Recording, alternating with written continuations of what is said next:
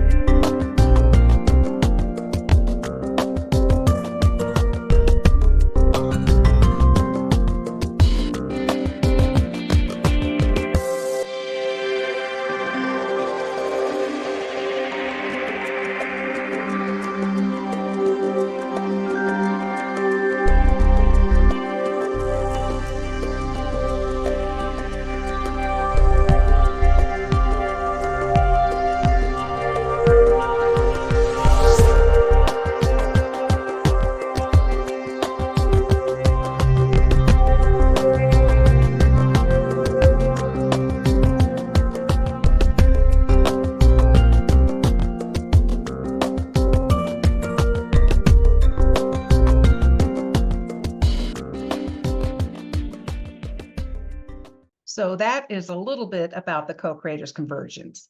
And we're here every Thursday night, as you can see, with other wonderful guests. So you're always welcome. And as Bob keeps our website, and all these calls are edited and archived. And so tonight we have a favorite person who we've been trying to have on our call for quite a while. She's a busy lady, but let me tell you about Reverend Dr. Joni Carley. She's the author of The Alchemy of Power, Mastering the Invisible Factors of Leadership, works on consciousness and culture through advisory consulting services, including as the United Nations ECOSOC, you're going to have to explain that one to me, a representative and convener of the UN NGO Major Group's Unitive cluster. She speaks and writes about creating a principle-based, values-driven, unified world, and serves on the Advisory Council for the Sadhguru Center for a Conscious Planet at Harvard Beth Israel. An ordained interfaith minister, Reverend Joni leads and participates in community, regional, and global spiritual celebrations. And you can find more about Joni Carley at jonicarley.com. and also at bit.ly/UN Unitive cluster. And her email is joni@Joni Carley. So welcome, Joni. Thank you. It's so good to be here. Yes, as Bob was saying right before we started, is that it's been a while since we've been in many different things together, but we first met on that interfaith, I think it was Interfaith Harmony Week, where Ben Bowler and Unity Earth took about 100 of different faith leaders to the Holy Land. And we were there for a week, and we really got to know you. And so, like I said, it's been an honor. I know you're a very busy person. You've got a lot of irons in the fire. I hope you're going to share some of that with us tonight. And I'm looking forward to a wonderful discussion. So without any further ado, I'm going to ask you, Joni, if you would bring us centering, and then I'm going to spotlight you. Bob and I will be here. He's going to be sharing it to about 12 different Facebook pages. And if anyone is here and feels so inspired, you can invite them. We're going to be broadcasting also on the Co-Creators Convergence Facebook page, and you can share it and say, hey, come listen to Reverend Dr. Joni Carley. So without any further ado, Joni, I turn the magic talking stick over to you. Well, thank you very much. And so we'll begin with centering. Take a breath. And release it. And another breath. Knowing that whether we're together now in synchronous time, whether we're together in asynchronous time, we breathe in one world. We breathe one spirit. We breathe as conduits of the love and energy that makes magic happen.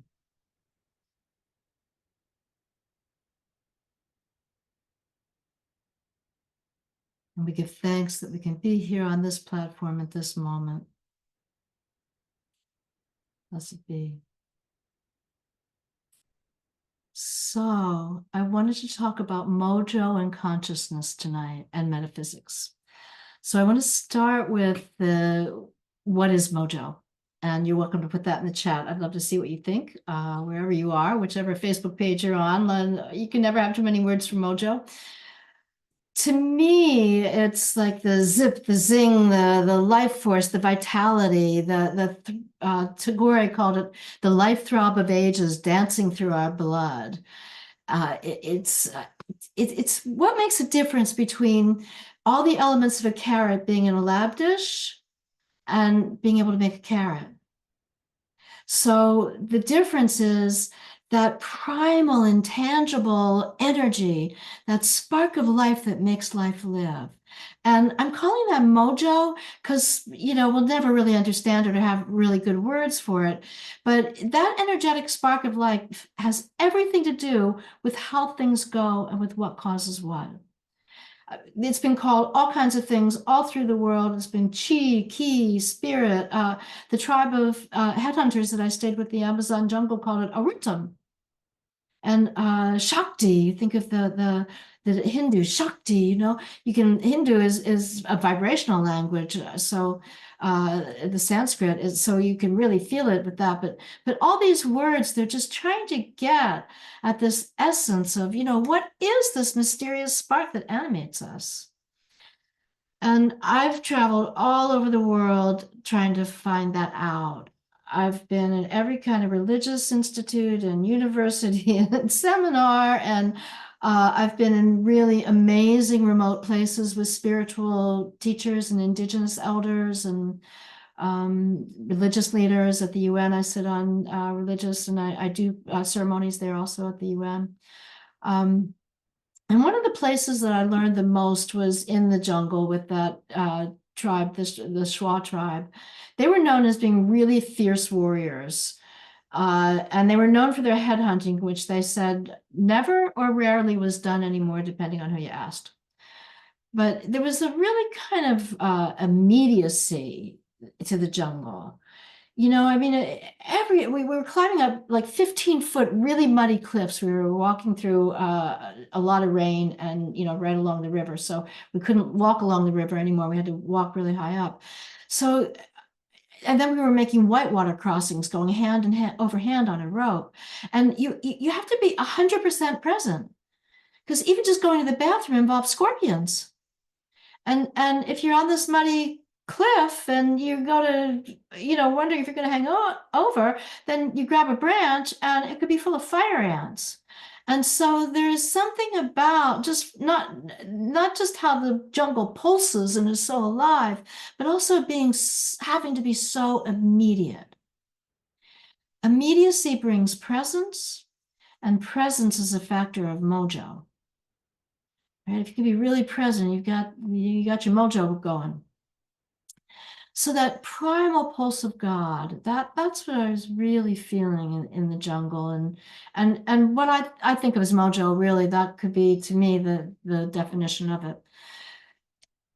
And the jungle gives you that sense of that life throb of ages that's dancing through the blood that Tagore wrote about. And that's true for a lot of Indigenous people. That life throb was just a given commonality. It's just a what's so, it's just part of everyday life. And they tend to experience it less personally than we do. And something is more involving all things and their connectivity with all things. And very often we take our spirituality to be very personal, which it is, but we sometimes forget the all thingsness of it. And that's really where we need to often remind ourselves. So we kind of have a dilemma with that in the Western world that the Indigenous people don't really have. They just are connected. Right? For us, am I connected? Did I get there? Did I pray enough? Did I go to enough seminars? Was I holy enough? Good enough? There's all kinds of dilemmas that we have. And for Indigenous people, it's just what it is. Because they're not acculturated like we are to what I call the fluffy myth in my book, The Alchemy of Power. And I'll just show you, this is the book, The Alchemy of Power. And the fluffy myth is that story that what we can see is all that matters, that the numbers and the spreadsheets and the widgets, and that's what's true, and everything else is just inconsequential, fluffy stuff. And we've all been acculturated to believe that. I mean, I've written books and talk about this all the time, and I'm still highly acculturated to that conversation. And the reality is, though, that there's no evidence to back up this fluffy myth. And there's tons of data from every which way you can look at it that says exactly the opposite. That it's the intangible elements of any kind of situation that have everything to do with the outcomes of that situation. But because of the fluffy myth, we don't access that huge range of possibility. And that range of possibility exists in the field of metaphysics. Metaphysics is the science and the philosophy of causality. It's the search for what causes what. And metaphysics is the field from which physics emerged, right? You got to dream it before you can then prove it. And so physics is, the physical, and metaphysics is the not physical. And, those laws shift over time into one or the other. But scientists and mystics and philosophers have been exploring this metaphysical domain for all of history. And they've unturned a tremendous amount of wisdom and information and revealed really deep truths. And that realm, that metaphysical realm that is the realm of causality, no matter how much we find out about it, it turns out it's still mostly mystery. And what we know is that 95% of reality can't be accessed through our physical senses. So when we attend to our spiritual lives, when we don't attend to our spiritual lives, when we don't attend to the reality of this huge field of metaphysics, we get stuck believing that 5% of reality, that's the physical extent of our lives, is it. And it's a very hard place to be when 95% of all potential is something other than your life. It's not true, but the belief of that really gets things mucked up for people and disrupts, and it makes them miserable. Really, that's the bottom line. People are very miserable in that understanding of there is this 95% mystery that we're finding more and more about. And the more the mystics tell us about it, and the spiritual sages through the ages tell us about it, that's what science is telling us now, the exact same stuff. We are one interdependent species that's interdependent not only among our species, among all species, and with Gaia herself. So what happens, though, is this disregard for the metaphysical. It's more than an ignoring. It's a blatant and an active disregard, and that's less and less so as we're turning into new paradigmatic focus. But But disregarding that shuts down possibilities for causing the results that we really want, because it denies our access to our field of causality. And that's where things happen from. And so I want to talk a little bit about consciousness, because consciousness is really our greatest access route to the field of possibility that is causal to our consciousness. Consciousness is causal. I see Mojo as an aspect of consciousness, and I want to circle back to Mojo at the end, but I really want to break down consciousness right now. Excuse me. And this is what I'm doing at the United Nations. We've set up this Unitive cluster to name and claim the territory of consciousness as a domain of work. Because if consciousness is causal, then we have to manage the global governance at the level of consciousness. And so these messages are really taking off. We're getting, I mean, we had consciousness and love in our application to form this cluster. I think just getting through was already something, but now we're putting it, into places in the system and putting these ideas through. It's a lot of fun. And it's been quite a transition from, you could barely even mention this on the wrong elevator to here we are. But I want to get back to this consciousness. Consciousness occurs in the metaphysical domain. And, some of this, no model is accurate, but some are useful, said, I think, Max Planck. So I'm laying out ideas of what this might be, but it's always going to be a mystery, So anyway, consciousness occurs in the metaphysical domain. Metaphysical is the science of what causes what. And that domain is also the domain of the intangibles. Physics is the tangibles, metaphysics is the intangibles. A little too simplistic, but for now. And both science and philosophy tell us that consciousness is a generative power. It generates or determines what our experiences are and how we're going to be impacted by our experiences. Matter is derived from consciousness. Consciousness always comes first. It's fundamental. Consciousness is root causal. So in terms of global issues, all social crises are first and foremost a crisis of consciousness. Whether or not we accomplish the sustainable development goals or get the world we really want is really a matter of consciousness.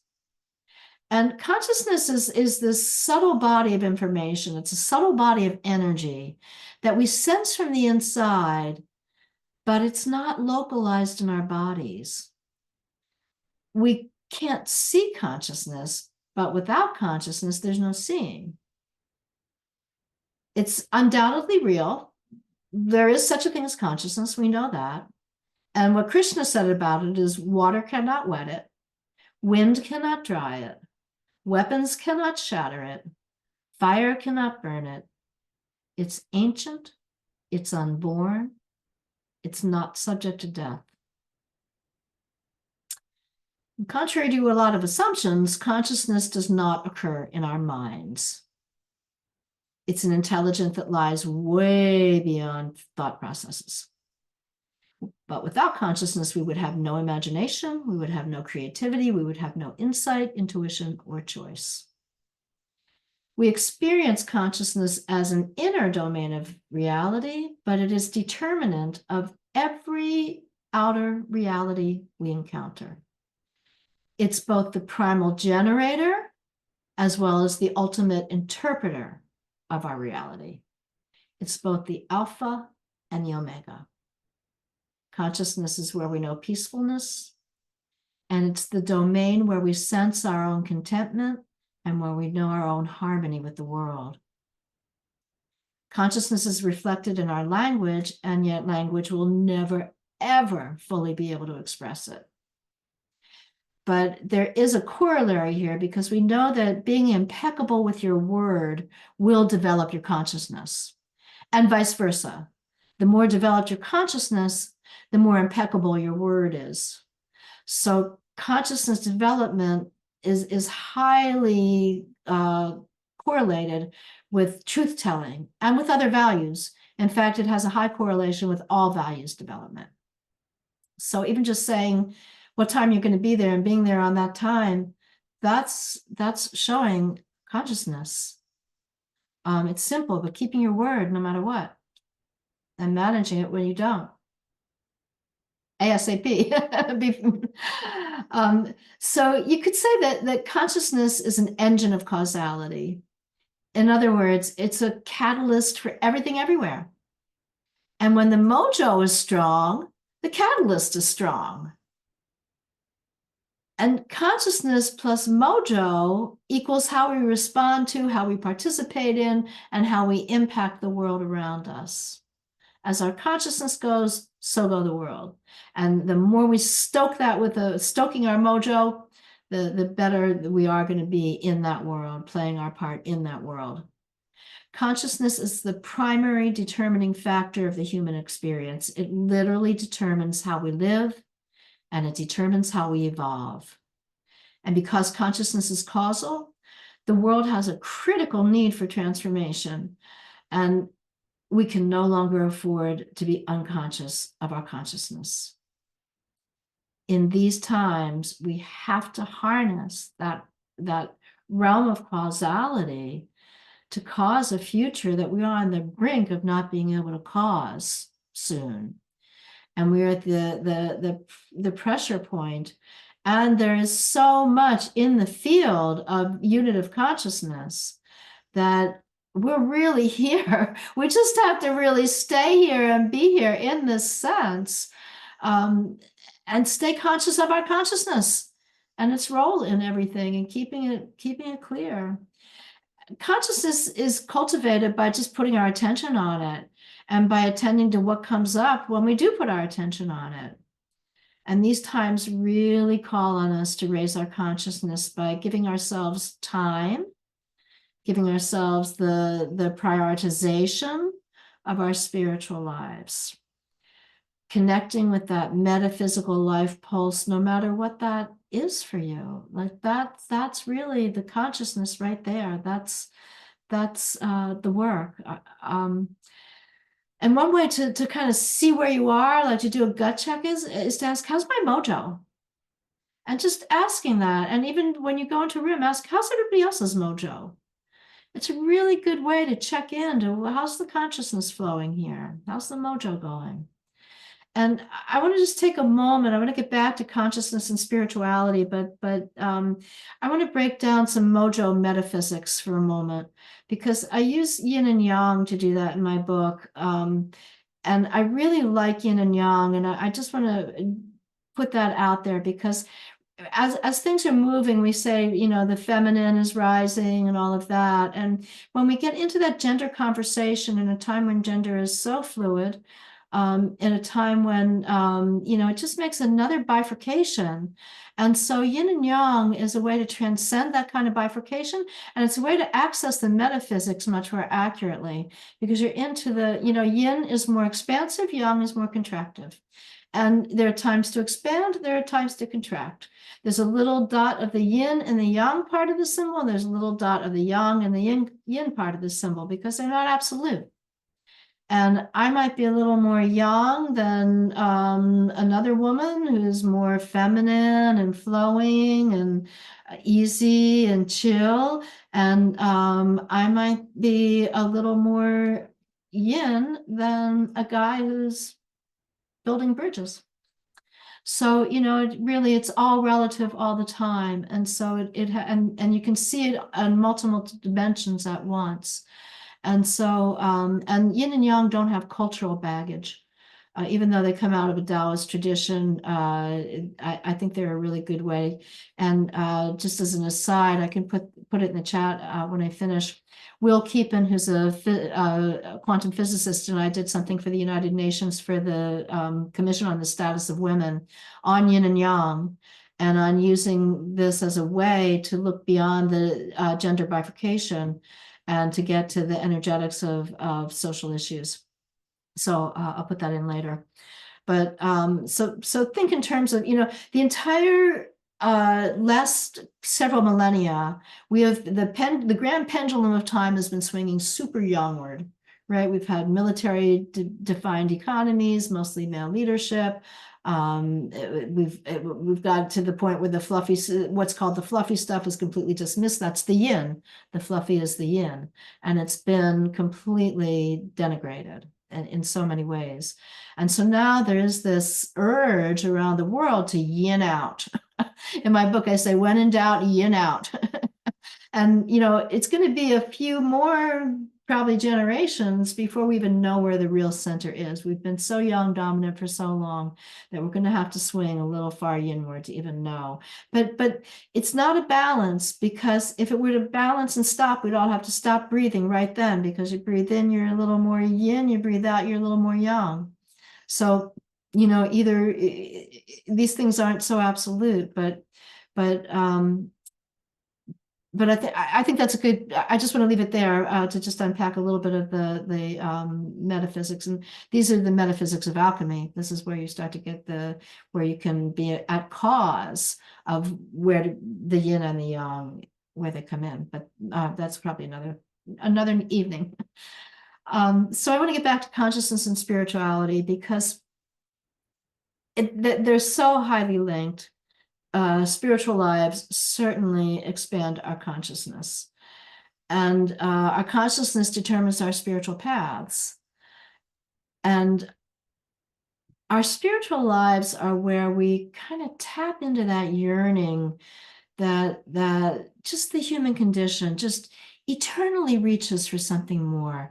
It's just our nature to expand into what's next, to want not more in the sense of things, but more in the sense of fullness, in the sense of what makes life feel right, beauty. There's always more. The great mystery that our consciousness gives us access to is this eternal yearning. And when we go into spiritual practice, we kind of tap into that sense of infinite. There's infinitely more to express. And it puts us in touch with how our consciousness is always expanding and unfolding in this limitless field of all possibility that we have no hope of comprehending. All we can do is consciously open our channels to it. And that's what spiritual practice does. It tunes up the flute that Rumi or Hafiz said. It's like the spirit plays through the flute of our being. And so you tune the instrument by doing spiritual practice. You make it fit for the expansion. I call it spiritual hygiene. And whatever that is for you. But plan the time, focus the time. So we can expand inwardly and we can expand outwardly, right? That's the yin and the yang of it. We can, as we reach levels of higher consciousness, inward and outward and deeper and higher and God and not God, they start to collapse. And we start to get that sense of unity and oneness, the I am consciousness that the mystics really focused on, the I am. I am, no predicate, no separation, no nothing else. I am.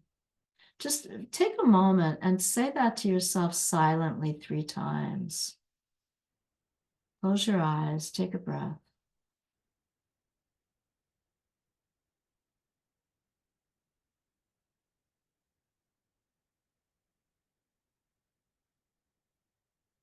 I am. I am. So consciousness is cultivated by taking moments like that and building up those moments. You can build up and add on as you go by, but a moment is plenty.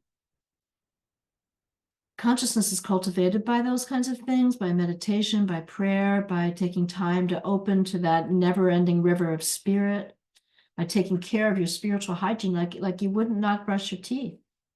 And so this 95% of you, if you're taking care of that little percentage of you, look at the other 95% and, get in nature in a conscious way, not just hanging out, like really take the moment to connect. This is about connectivity with, like yoga is yoking to the divine, and you can do the yoga of walking through the woods, but you can also do just a really nice hike, and they're different things. And part of that is staying curious about that divine mystery that runs in, of, and through our lives. It's also choosing love no matter what. You know, really opening into spirituality is to be able to love, even when it's, especially when it's really hard and there just shouldn't be any way, then love more. And another way of cultivating consciousness is immersing ourselves in creativity, in any kind of inspiration, in yoga or any other kind of body prayer. You know, really diving into the mysteries of spirit, whatever that is for you, poetry, reflection, meditation for sure, should always be a part of it. And again, you know, asking yourself, how's my mojo is how you stay on track with that. And is it pulsing? Is the spark lit? You know, does it need, and that's the yin and yang too. It doesn't need to burn hot all the time. You know, that's really what's going on with the whole economy. There's this idea of constant growth and constant burning. It's just nonsense. There's nothing like that exists. So this idea of mojo, it's not like be hot all the time. It's sometimes that's got to be barely a spark, you know, to just regenerate. So another thing to ask is, how can I prime the pulse of the universal life force that's unique in me and common to everyone else? How do I prime the pulse of that life force in myself? How do I prime that pulse? Like you prime a pump, you push until it finally does water. How do I prime that universal life force that's not just unique in me, but that's common to everybody else? And how do I connect in with that commonality? Because mojo rises when we really feel our interdependency, when we really recognize that we are part of every being on the planet and part of the planet. We're consciousness of being part of the greater whole is higher level consciousness. The Vedas say that consciousness is a process of evolution that's driven by a collective urge to evolve into a higher understanding of the nature of the universe. A collective urge to evolve to a higher understanding. That's the consciousness we need right now. That's all it, that is what it's going to take. All the rest is projects and schedules. This is the essence of what it's going to take. We don't just seek understanding, you know, it's our universal human nature to just be proverbial reaching for heaven on earth, to be expanding into greater well-being, into greater joy. We have that innate sense of a verdant and a peaceful world that's our natural destiny. Maybe that's in us. We're hardwired, you know, that's something calls us there all the time. And at this very unique moment in history, we seem to be accelerating in that call toward a loving and a joyful world. And also it's accelerating, you know, just time, space seems to be accelerating. And the loving and joyful world part depends a lot on the consciousness we bring to this acceleration. If we want a world where everybody gets to live fully and everybody shares the common right to internal and external peace, then we have to go into this moment highly conscious of our consciousness, of what it's going to take to be not just loving and joyful ourselves, but in the greater world. How do we bring that forward? Consciousness is where we imagine how we're going to manifest a new global order that aligns with our highest aspirations. Our consciousness is the place of our resolve for making the world we long for really happen. A new paradigm or a new way of being, a new normal, a new ground of consciousness is really that ground that Rumi was talking about when he said there's the field beyond right doing and wrong doing. I'll meet you there. That's what we're talking about. We're talking about training our consciousness to that ground, beyond the duality, to that ground of unity, to that communal consciousness. And that matters more than ever right now, It matters more than ever that we bring our consciousness to how we are each interdependently co-arising with one another and with every other species on the planet and with the planet herself. So I want to just take a moment, and I'm going to wind up here, but I just want to kind of anchor this for a moment. So if you can sit and go into your best straightest spine for a moment of meditation, and just breathe in and breathe out. Looking into the miracle of being connected through technology to people, to each other tonight, and to all of those who come after and listened, and to those who aren't listening, that we're all connected through this breath of life. And breathe it into that inner fire, that inner spark, that inner pulse. Being aware of that spark of life inside you. Being aware of that spark that makes the difference between you and being a whole collection of elements. Between being that collection of elements and being a complex, living human being.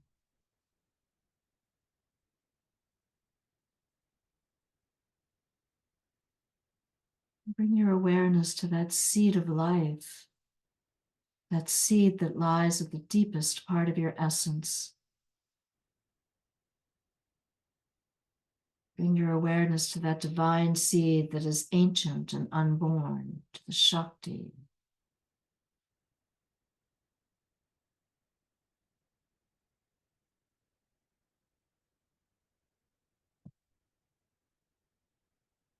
Get in touch with that primal pulse of God that dances through your veins. And the next time you breathe in, imagine your breath going right to that spark within you that's you and that's also more than you. And allowing that breath to oxygenate that inner fire. Oxygenate your sacred inner fire. Oxygenate that divine presence that pulses in of and through your heart and out into the world. And then bring your awareness to the global fire around which we're all sitting. It's a new fire, a fire that's forged by a new connectivity in the world, a fire forged by love. Just feel yourself sitting at the one global family fire. And feel your place in the circle around the fire.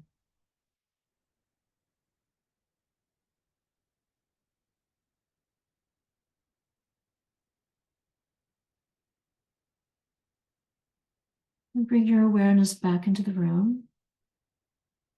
Another breath to bring us present. And I'd like to just end with a quick prayer. I give thanks for the evolutionary awakening of our consciousness that's happening as the world finds its way forward at this unique moment in history. I give thanks that we are right here, right now, expanding our consciousness together at the co-creators convergence. I give thanks for the rising collective consciousness that's driving our evolution toward a species of harmony, a species that lives in harmony with all life, with itself and in itself, of itself, around itself. It is resonant, the great spirit that flows through all. I give thanks for all the mojo or shakti or ki or arutam that's flowing through each of us right here and right now. May we open our hearts. May we open our minds and our souls to greater expansion of our own consciousness. And may our mojo rise and align in conscious evolution toward a world that works for everyone. Blessed be. Amen.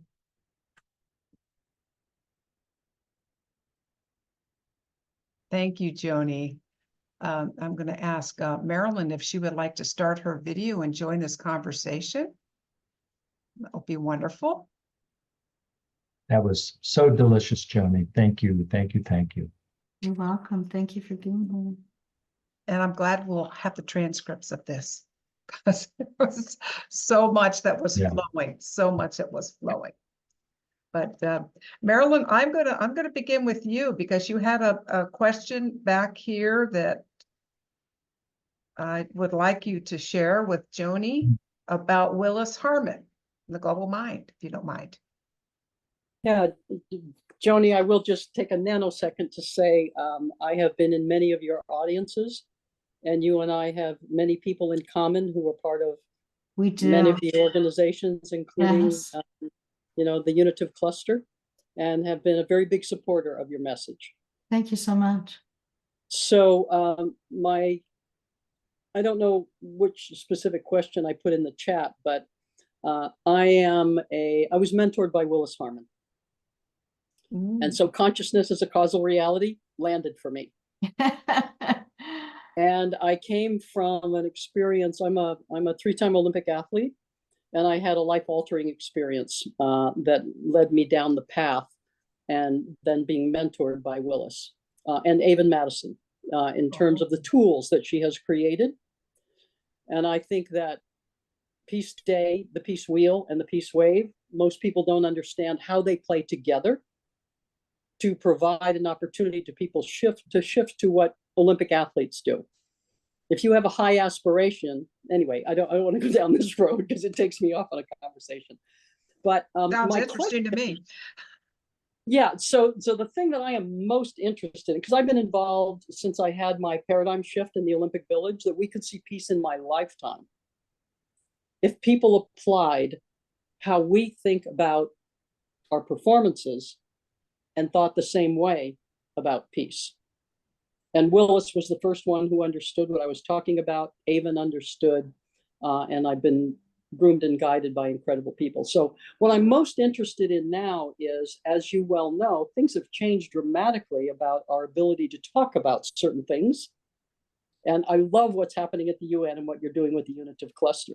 And it's also, good luck with that, because we know how long it takes for the United Nations to do anything unanimously, like declaring Peace Day. So thank you and good luck, and keep up the good work there. It's very important and has a very high, kind of leverage point. So thank you. But my question is, what I'm really always interested in is almost all of these people that I love and care about and support are speaking to the choir. There are people who will not enter into the conversation about consciousness or spirituality or anything else.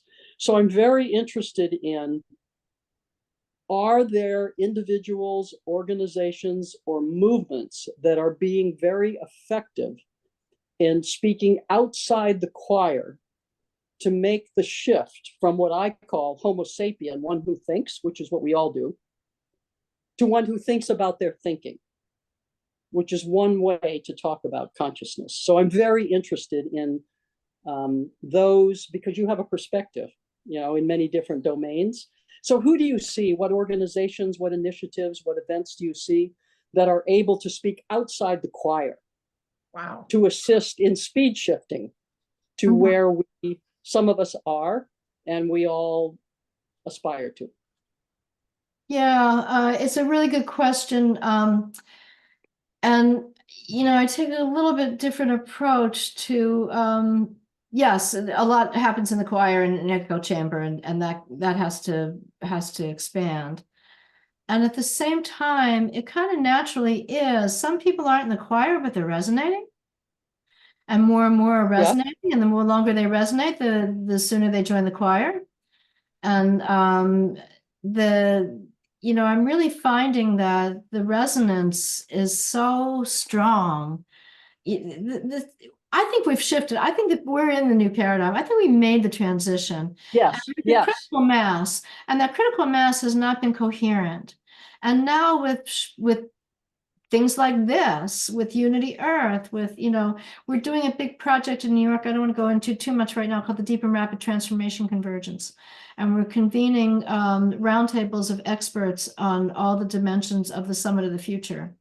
And we're convening them at St. John the Divine in New York, but in 21 roundtables leading up to that. And it's really quite a robust process. And part of that will be dissemination. at the end, and some of it will be dissemination into the UN system, but other will be dissemination, outward into the culture. So it's something that in the network of networks between Sign Network, Unity Earth, and The many Holo others. movement. the Holo Yeah, movement, I mean, sees itself as that. it's a zeitgeist, right? And it's kind of already amongst us, and it needs more coherence and stuff. And that's part of what we're looking at with the deep and rapid transformation convergence is Yeah. how do you cohere all that, and then how do you bring that to the global dialogue that's already in progress? Because the Summit of the Future that's coming up was started in 2017. And over 1 million people have been involved in that dialogue, many in the global south, to get to the point where it's at right now. And so now we've got this coming up where we're bringing transformative expertise. And what the Summit of the Future is about is I'm familiar with it, yes. yeah, so for other people who aren't, it's the UN looking at itself as in 2017, the Secretary General said, hey, we're going to be 75 years old in 2020, and I don't want to pat ourselves on the back and do a retrospective. I want to see how we can be better fit for purpose for going forward to make a world that works for everyone. So he set up an Undersecretary General level office, which is quite high, and put 3 people in there for 3 years to pull together this million, over 1 million people into some kind of synergistic thing. I worked on the civil society, that was UN 75, that office was called UN 75. I was on the civil society end in UN 2020. And we were working with that office and articulating some of this more forward thinking alongside it. And so as part of that process, it was distilled into a report called Our Common Agenda. And in that report in 2020, the Secretary General said, we have to meet in 2024 in September to determine how we need to transform global governance and how we need to transform the global economic architecture so that we are fit for the purpose of what the world needs going forward. And there are work streams in that. And so we tied the deep and rapid transformation convergence to those work streams so that this transformative conversation, to your point, Marilyn, could be tethered to what's being talked about, because the agenda is transformation, and they're using those words now inside the UN. I mean, it's really what they're calling from. The call is coming from inside the house, and it's hard for them to get to it because, like Einstein said, from within the same system that created it, you're not going to make any great change. So that's why we set up this roundtables thing going on, and there's plenty of it. I think the conversation is growing. It's just my own experience at the UN. I think everywhere, like it used to be hard to talk about this stuff at a dinner table, and now it's easier. Everywhere, at work, and the same is true at the UN, where people would be very, very careful to say some of these words. Yes. And it's like the military. You lose your career track, and you lose some rungs, and you may never get back up again. Yeah. With the hierarchy and protocols, and they're good and they're bad, but that's what they are. So So anyway, the Summit of the Future is this opportunity to look at how do we transform and how do we bring this global urge for transformation. And so there's a lot of possibility in it. And I also go back to the virus, right, to COVID, like boom, overnight, everything's transformed. Well, imagine that came out of a seed of consciousness that, we are so there that we don't know what it could take. It could take something microscopic and instantaneous. Yeah. A couple things I'd like to just, if you don't mind, just a couple comments I'm shared. Because I was in the Olympic Village and I had this aha experience, I have seen the world differently for over 40 years. And I believe if people could see what I see, so part of the distinction that I make in the language that you use has to do with, I forget the word you use, but bringing people into the conversation or whatever. To me, part of it has to do with shining the light on the truth that already is. Because people out there today, of the 8 billion people, most of them are already doing their best to cooperate. That's right. And to collaborate. So that's a good thing. But the mindset of most people is, oh my gosh, and then you name the 9,000 things that they think about. But all of those people, in my opinion, are really wanting the same, pretty much the same universal thing. Yes. I bumped into the Brahma Kumaris. They did work in 123 countries.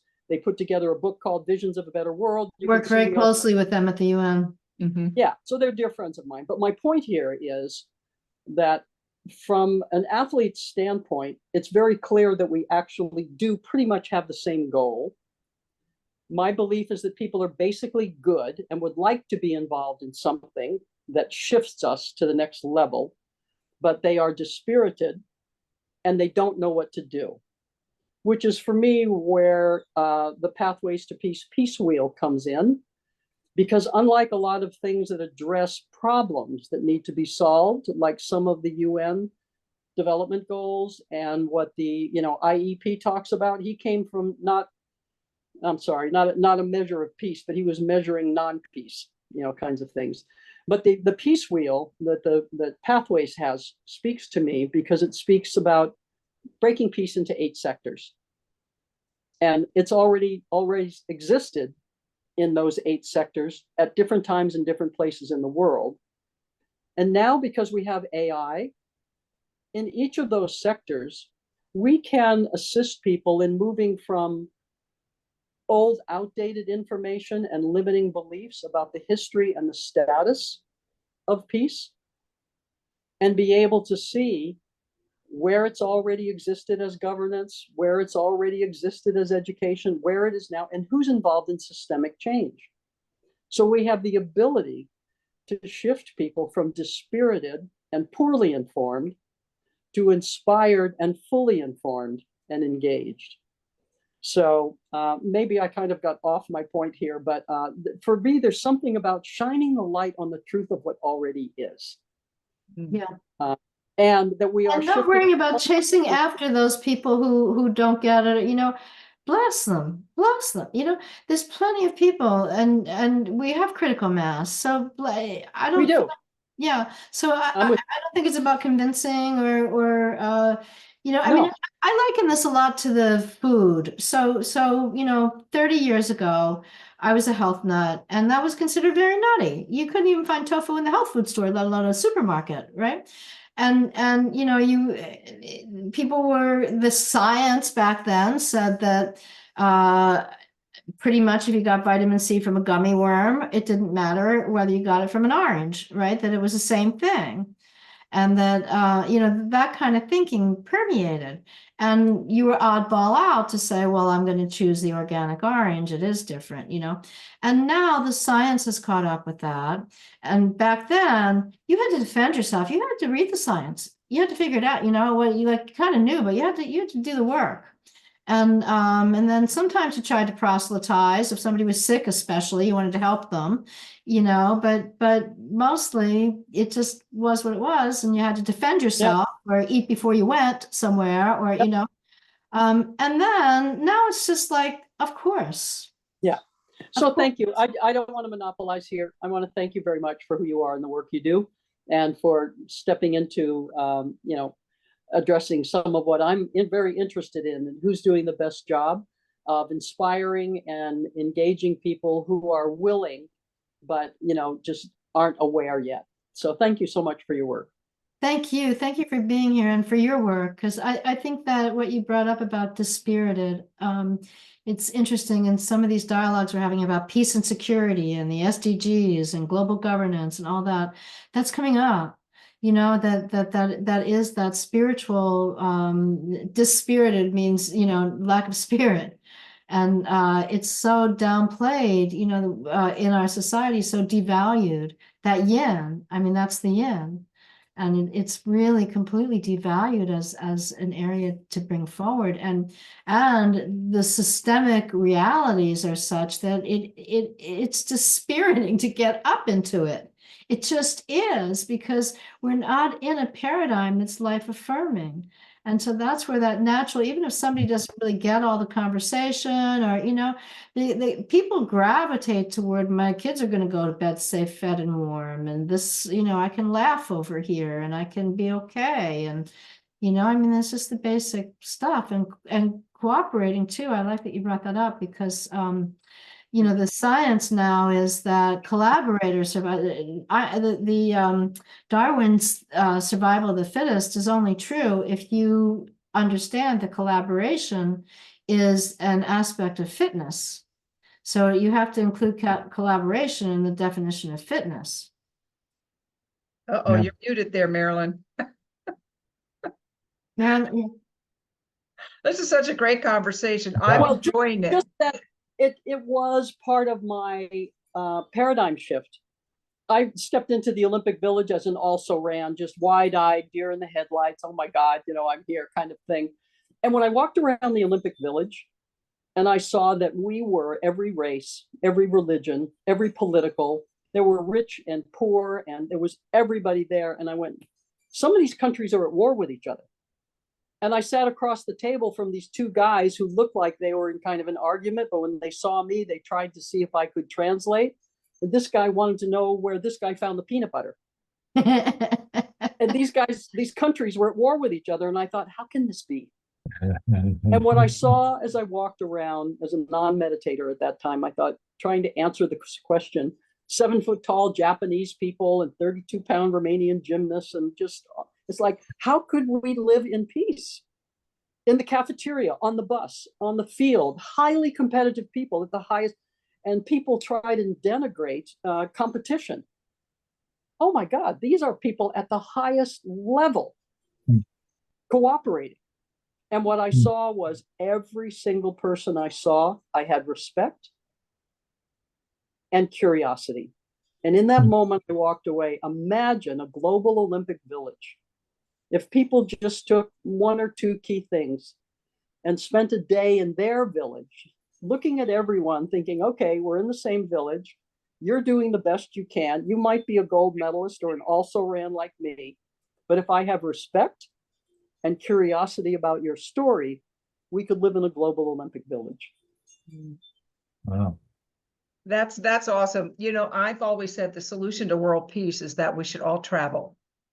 Yeah. You know, that we need to visit the other cultures. And I think that, you know, when you see how other people live and how they live in harmony and that they interact with you that way, then I think it was Eisenhower, he had the people to people program. yes. And I thought that was such a wonderful, actually, we did a people to people program in aviation. We went down to South America and took a group down there as one of those exchange programs. And it was just wonderful when you could, you know, when it was people to people, you know, just like that was your Olympic Village experience. You know, you were just like, this planet is peopled by some amazing people. And Yes, I it get is. to interact with them. And someone here knows where the peanut butter is. All we have to do is, you know, with curiosity and respect, figure a way to talk through a language barrier to find out where the jar is. Yeah. And you Yeah, know what the I will number tell you one the fun- value is of all people, like across cultures, across demographics, is connectivity. Mhm. They want to connect with each other. I will let you know the best place in the Olympic Village for the most awesome connection was the discotheque. Mm, You didn't have to speak. right. You bust a move, you make an eye contact, you know, whatever. I mean, there is nothing like the discotheque in the Olympic. Now, Marilyn, I'm going to guess that you've been watching the Olympics.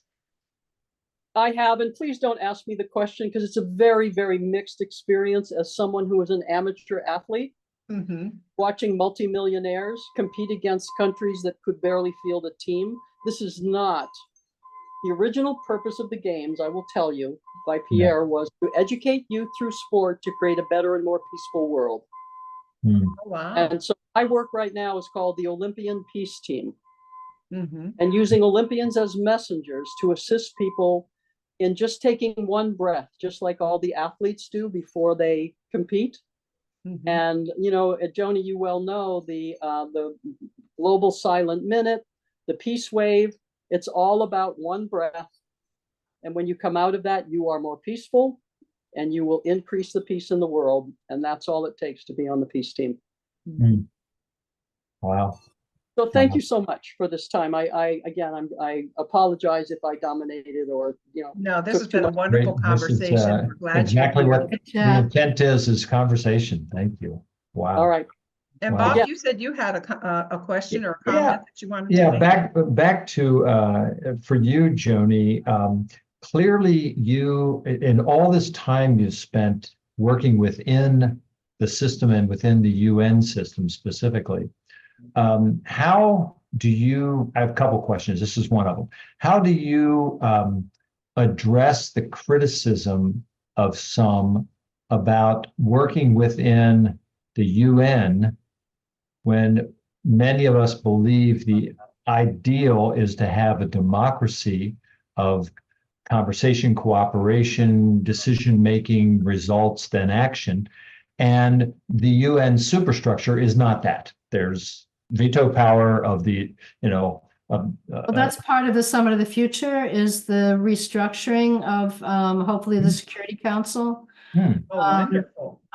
There's something Oh. called trusteeship that's kind of no longer quite what it was there for. It's not what it was there for is no longer really quite a thing. So that may be revamped into some sort of civil society parliament or something like that. I mean, there's a lot of internal structure that's being looked at in this. Oh. I don't know Yeah. how long it'll take to come through, but and the problem is every country is sovereign and every country has their motivations for why they do what they do. And a lot of countries don't want to be democracies. And so, they vote against it and that's that. Yeah. But the thing about the UN is it's the only table we got. It's got all the flaws. It's got, everything you can say is wrong with it. Although there's a lot of really crazy nonsense out there about what the UN is. And I've got to tell you, I mean, there's like the UN is doing this and that, and, it's the secret, the truth is if the UN was that coherent, we would already have a peaceful world because, 99 people go to the UN and work there. That's what they go there for. And it is not that coherent. It is, all these nation states with their own reasons, and they can sign anything, agree to anything. At the end of the day, they're all sovereign. Right. And so they can do what they want. And a diplomat who agrees, another diplomat takes the job and doesn't agree. I mean, there's happening right now. When they go home and they go home to their structure.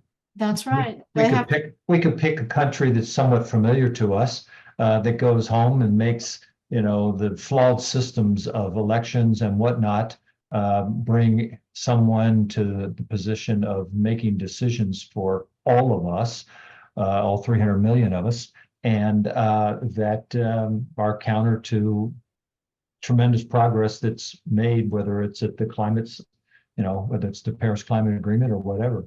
And it is, you play in a long game. Well, it's really, for me, it's no longer about the left or the right of the same old box. It's a new box. Like the box is not working.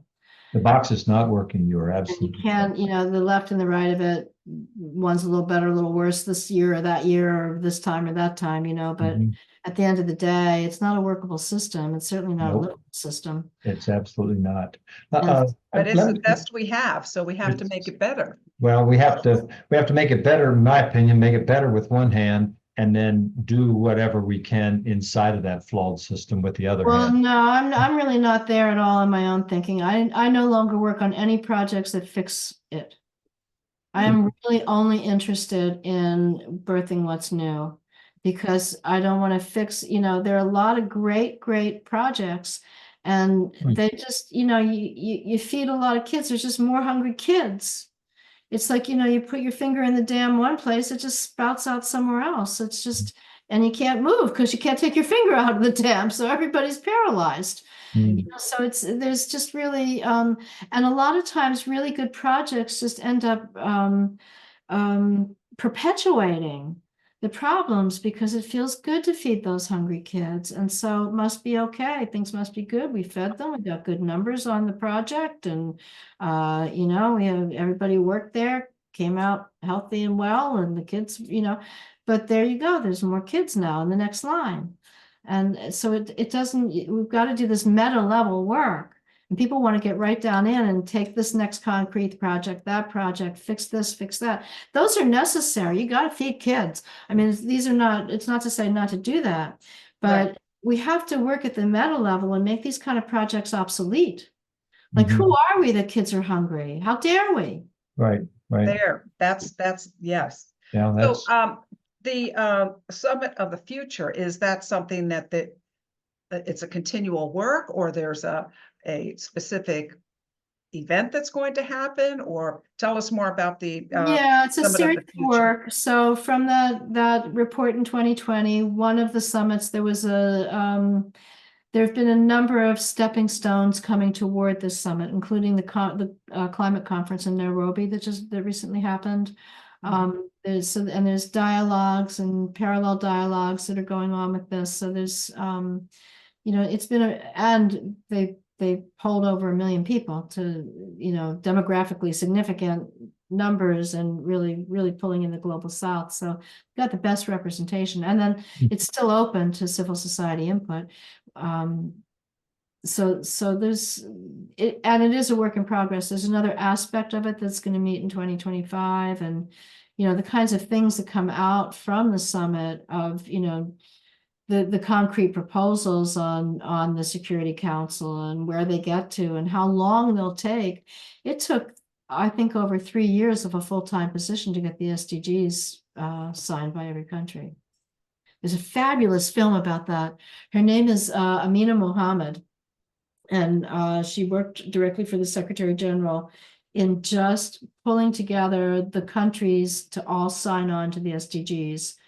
And it shows her beating the hallway pavement of the UN and elsewhere to just get people on board. And it shows some of the pushback the countries are giving. I mean, countries are in very different places culturally, values, priorities, I mean, we take a lot for granted in the West that people want the things that we want and have, and they don't.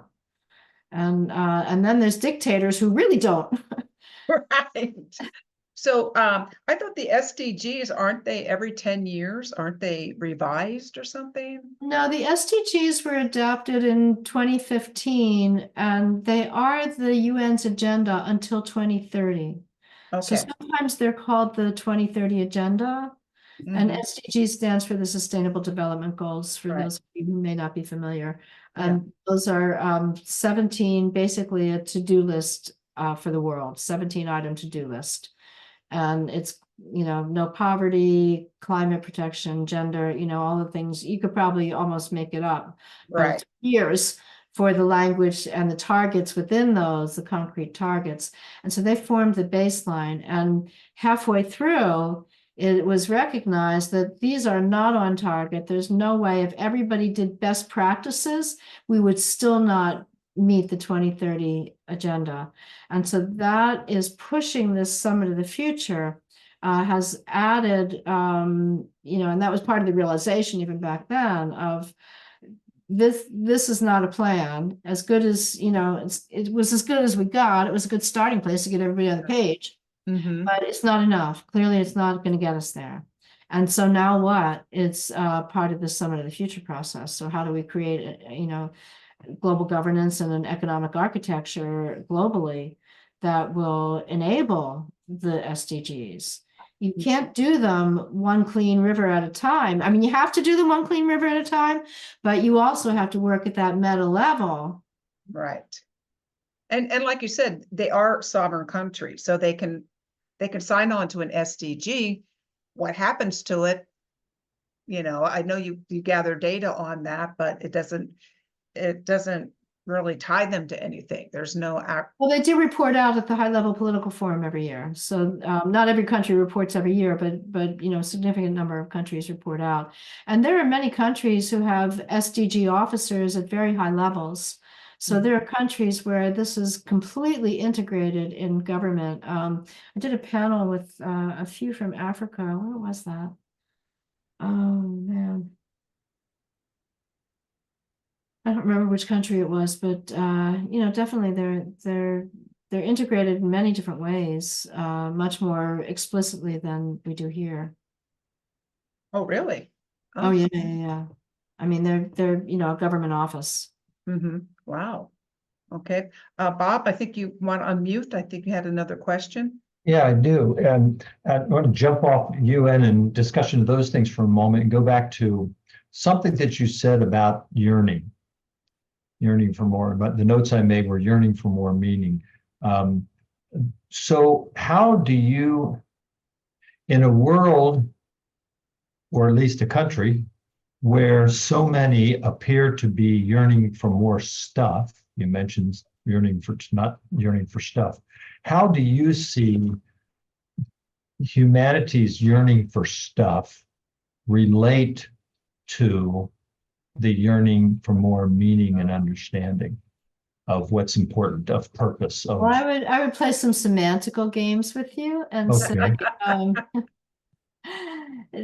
split the difference between yearning and wanting. We want stuff, we yearn for the divine.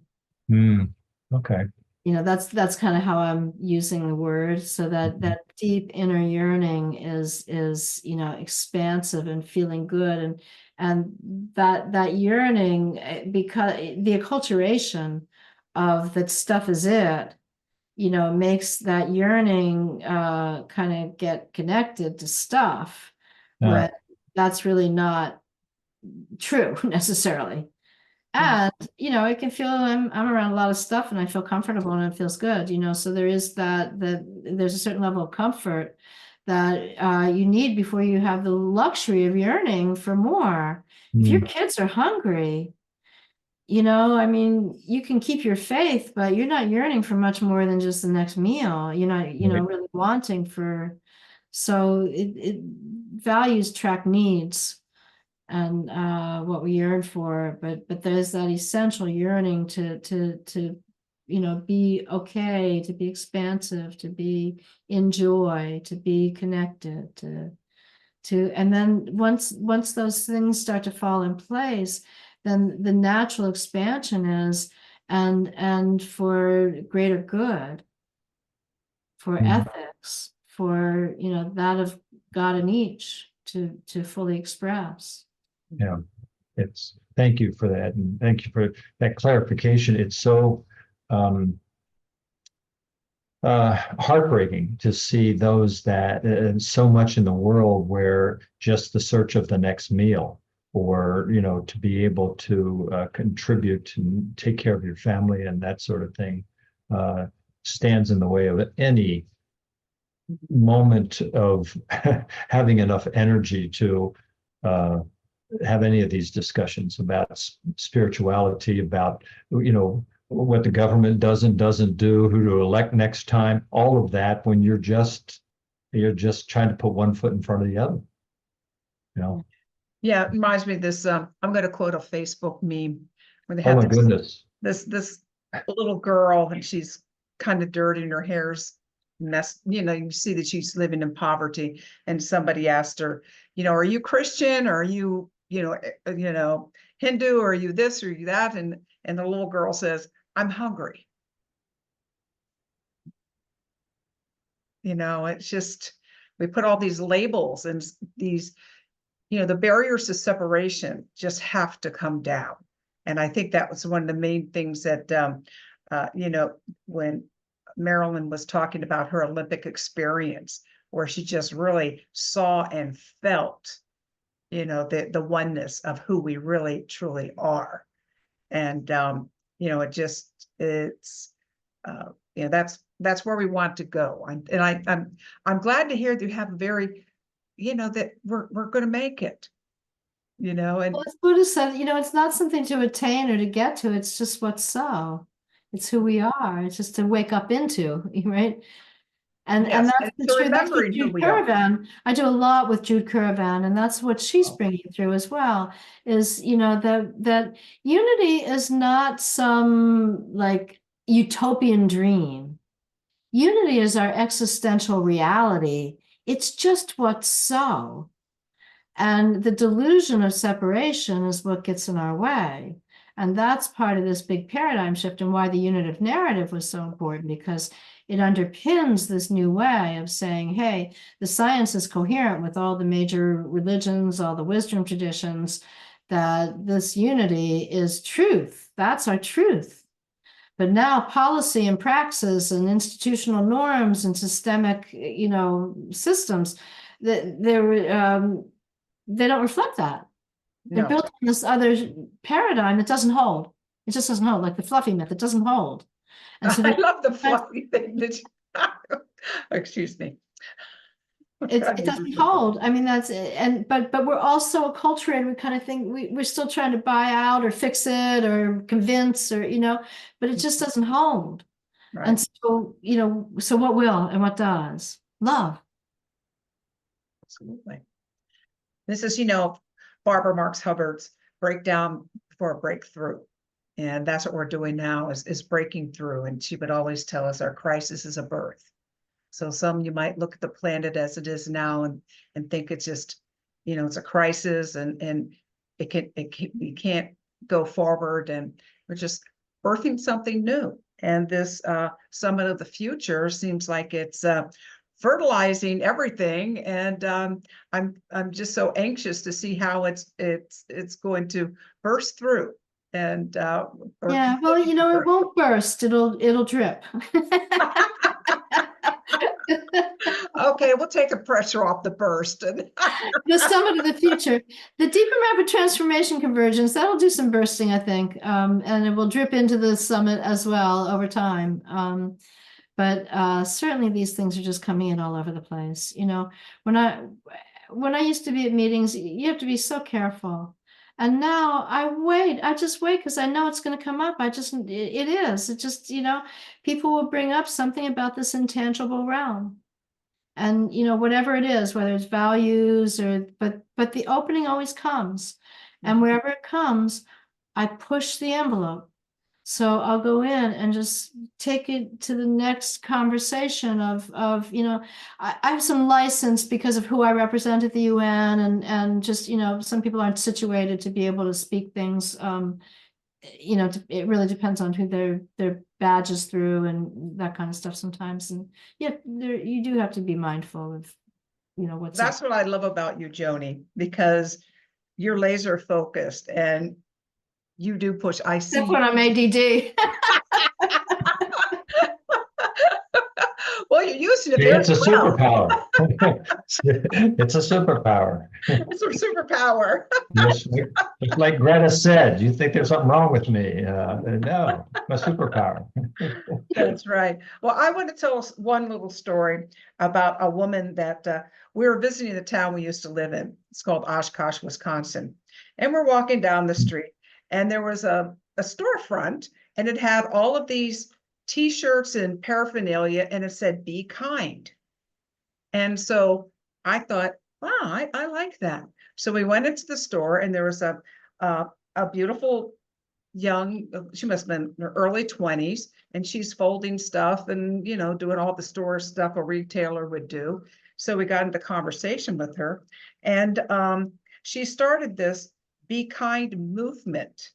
And she started it because she is a very talented singer. So at the age of 12, she was the youngest person ever to sing whatever they sing at the Star Spangled, whatever it is they sing at the beginning of a Packers football game in the whole stadium at Lambeau Field. And she got bullied at school because of this. Wow. And imagine, she's beautiful, she sings, she's out there trying to just live her life. They thought she was showing off. Yeah. So she started this Be Kind movement, and it's just started a whole huge movement. And it's not, but I think something like that was coming from the youth. And I know this is just a little microcosm sort of thing, but it's coming from the youth. It's such a good message. And then just to get that into, as you were talking about, the more you get that into the consciousness, it grows. It's a seed. So here's this beautiful young woman, and we're going to have her on one of our calls. Her name is Frankie Muscani, I think. And she is just a beautiful beacon. And, if we had her on this call, she probably wouldn't understand everything, but she's doing it all.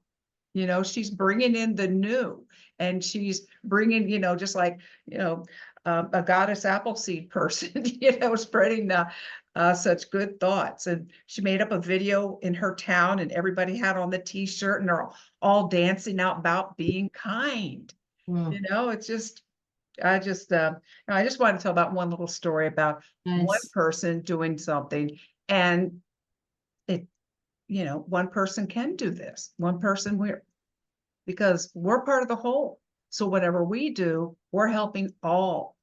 Mhm. So, oh, this has been a wonderful, wonderful Sure conversation. has. Tony. Huh? It sure has. This is I knew this was a delightful evening in the start. Thank Yes. you. I'm so glad we finally got together, Joni, and Me too. yeah, it's just been delight. And like I said, you really, I loved everything that you said, and I'm going to read it again. Well, Okay. because I love how you put it all together. Because when I first saw Mojo, metaphysics, and consciousness, I'm like, I wonder how that's going to be thread together. And you did it so beautifully, Joni. So, Well, we bless and appreciate your mojo. Right back at you. Wow. so great. Well, we always close with may peace prevail on earth. So May peace thank you so prevail on much. earth. May And we'll peace be in prevail touch. on earth. Thank you for bringing your peace poll to us tonight. Yes. Thank you for having me. It was wonderful. It's been a blast. Thank you so much. You're Good night, welcome. everyone. Night, everyone. See you next Thursday. Well, we'll have Next Thursday, Reverend Laura George will be here speaking about the Founding Mothers movement. Huge movement that's just been undertaken, just been launched in the last couple of weeks, actually, about bringing forth the feminine in a way that will change the world. And Noel's been a part of this, and we're looking forward to Laura being here to share the full picture with us. Please join us again next Thursday night. good night, everyone. Good night, all.